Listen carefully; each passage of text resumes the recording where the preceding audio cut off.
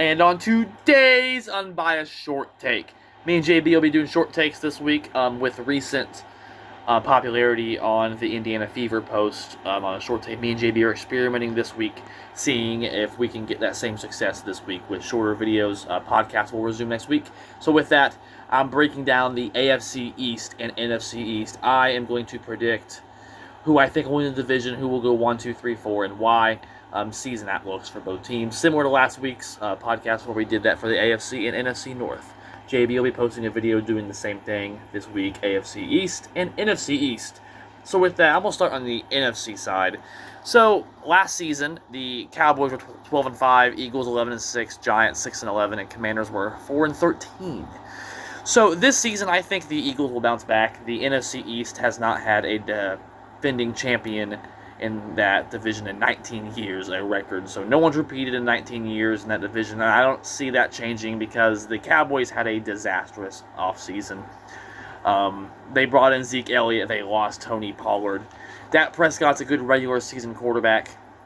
But they have wide receiver issues beyond CeeDee Lamb. Where's the depth? Running back issues. They lost Dan Quinn. They lost Tyron Smith. They've lost a lot of starters and rotational pieces to the Commanders with Dan Quinn leaving. So I wonder if the defense will have a similar season. I think they'll regress a little bit with Dan Quinn leaving for the Commanders. They lost some key pieces there also. So I think the Cowboys take a big step back. I think the Eagles win this division pretty easily at about 12 wins. Jalen Hurts had, in my opinion, a very good year last year. I mean, he's a running and passing threat. He can do both. I think he got a lot of unnecessary hate last year. They were still a playoff team, even though with their big late-season collapse. So let's look here at the Eagles. They brought in Kellen Moore and Vic Fangio to kind of fix some issues. They drafted Cooper DeJean, who I was very high on this past draft and was kind of hoping Green Bay would snag him. With offensive line, however. But they got him, and then they added C.J. Gardner-Johnson as well to kind of bolster that secondary a little bit. Yes, Jason Kelce did retire, but they did draft center Ken Jenkins in round 2, so I'm interested to see what he can do. They added Saquon Barkley in free agency, one of the best running backs in the league, and they stole him from a division rival.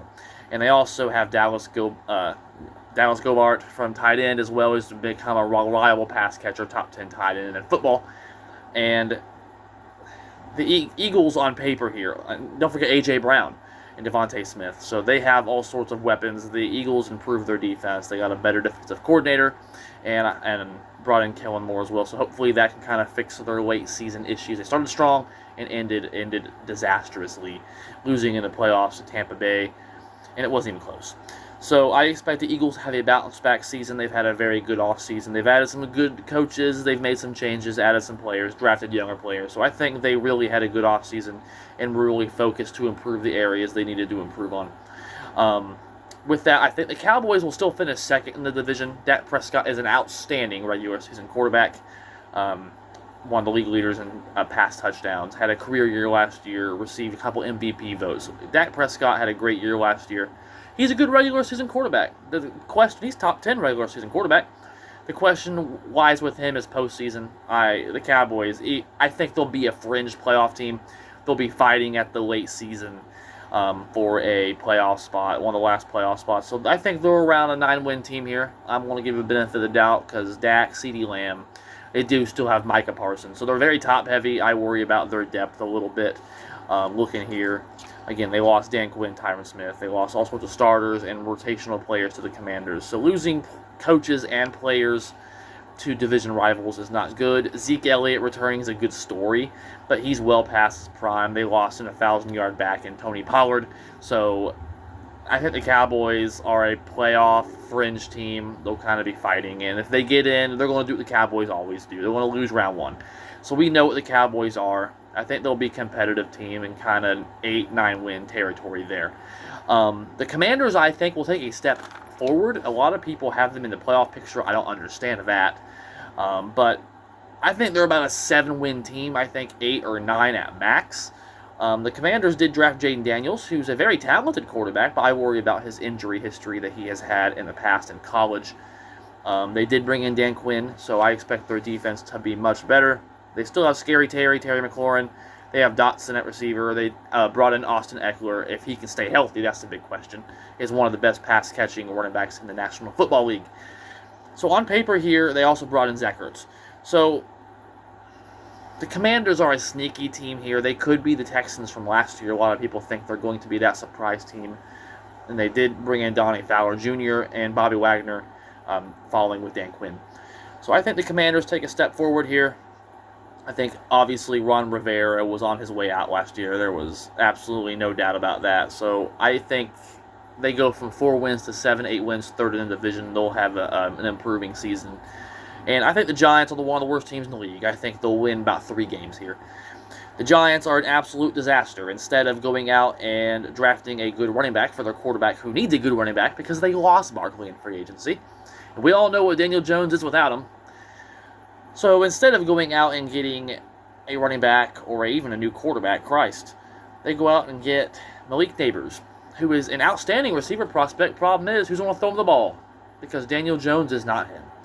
They're paying him all sorts of money, gave him his big contract. They lost their running back, who was the whole reason he was good in the first place.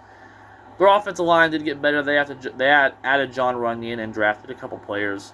But their defense is atrocious. It's disastrous at all levels, especially that corner safety room. So with a Daniel Jones-led offense, without Saquon Barkley, and a disastrous defense, I think this is a 3-win team, worse in football. Brian Daboll has his work cut out for him. So I have the Eagles win this division at 12 wins, the Cowboys finishing second with a possible last wild card spot in the weaker NFC at 9. 9 wins, Commanders at 7 wins, and Giants at 3 wins approximately. And moving on to the AFC East. So in the AFC East here, so last season you had the Bills at 11-6, the Dolphins were also 11-6, the Jets were 7-10, and the Patriots were 4-13. So this season I think the Dolphins will win this division. I'm not as high on Buffalo. I actually think Buffalo may miss the playoffs this year. I won't quite say that. I'll wait till the preseason and training camp conducts itself to kind of make predictions closer to the season with JB on our podcast. We'll do that together. But I'm skeptical on the Bills. I really, really am. And here's why. Because they had a rough start to the season last year to start with. On top of the fact that they lose Jordan Poyer, all sorts of defensive players. They lose all their receiving room. Stephon Diggs traded to Houston. They lose Gabe Davis in free agency. Yeah, they didn't draft anyone in the first round. They traded back. And they did get the receiver in round 2, but I'm super skeptical in Buffalo. I think their Super Bowl window has closed. I think Josh Allen is the next Jim Kelly possibly and could end his career ringless. Joe Burrow's the only one that beat Patrick Mahomes. Josh Allen is the very definition of second place to Pat Mahomes because he can't beat him in the playoffs. So I've pretty much given up on that. The Super Bowl window's closed. I think Buffalo's truly a 9-win team in the AFC, possibly, really. 9-8. They lost their 2-star receivers. Josh Allen is an elite quarterback, but he does turn the ball over quite a bit without those elite receivers and losing some defensive players as well. In this division with Miami, I'm not impressed. So I have them at 9 wins. I think Miami wins this division. I think Miami wins this division at about, I would say, 11 wins. Miami still has Tua. They still have Jaden Waddle. They still have Tyreek Hill. They added Odell Beckham Jr. So they're going to be a very fiery offense. Mike McDaniel is one of the best coaches and offensive minds in football. I think this is finally the year Miami breaks through and actually wins the division. They had every opportunity to last year and blew it in the last game of the season. So I think that flips this year. I'm going to go Miami wins this division. And I think the Jets go from 7 wins to 8 wins. I still have them third in the division. A lot of that's going to base on Aaron Rodgers' health. They absolutely learned nothing from last season. And Aaron Rodgers made 4 snaps last year. That's it. And I will say they got rid of Zach Wilson, thank God, because he's atrocious. And they did bring in Tyrod Taylor. The Jets do have Garrett Wilson. They have Breece Hall. The Jets are a talented team. A very, very good defense. A good defensive coach. I worry about Aaron Rodgers, his health. How dedicated is he? It's a circus in New York. So I'm still going to say, even with Aaron Rodgers, they're about an 8-9 win team. I think they improve with Rodgers, obviously. He's one of the greatest quarterbacks to ever do it and my favorite player of all time. So I think they'll improve here. They're a good roster. But that's a tough AFC and a tough AFC East with an old quarterback coming off an Achilles injury. Just saying, probably not the best option at quarterback at this point in that AFC. And then the Patriots, I have at about a 5-win team. I think they'll get about one game better. Of course, bringing in Gerard Mayo, a new voice for the guys. They still have a lot of holes on that roster. They did get their quarterback of the future in Drake May, so to speak. So, interested to see what the Patriots do, but they're definitely still in rebuilding mode. There's no doubt about that. So, what do you think of my picks? I have the Dolphins winning the AFC East, and I have the Eagles winning the NFC East. So, what do you think of my predictions? Let me know in the comments below. Again, no formal podcast this week. Keep an eye out for JB Short Take. We'll pick up the podcast next week. Again, thank you guys for the support on that Indiana Fever video. Me and JB are extremely thankful to you guys and our supporting cast. We've gained some subscribers and a lot of likes and views on YouTube. So it's good to see some progress. We're definitely making steps on the Unbiased. Again, we are doing a fantasy football league on the Unbiased. There are 5 spots already filled. So if you're interested in that, please comment down below. Or message us on our Facebook. The link to that will also be in the description down below. Again, if you're interested, let us know. That's all I got. Keep an eye out for JB Short Take. Go Pack Go. Let's go Heat. And boiler up, baby. Football's almost here. August 1st, guys. I'm excited. Packers are here to make some noise. We'll see you all on next week's podcast. That's all I got.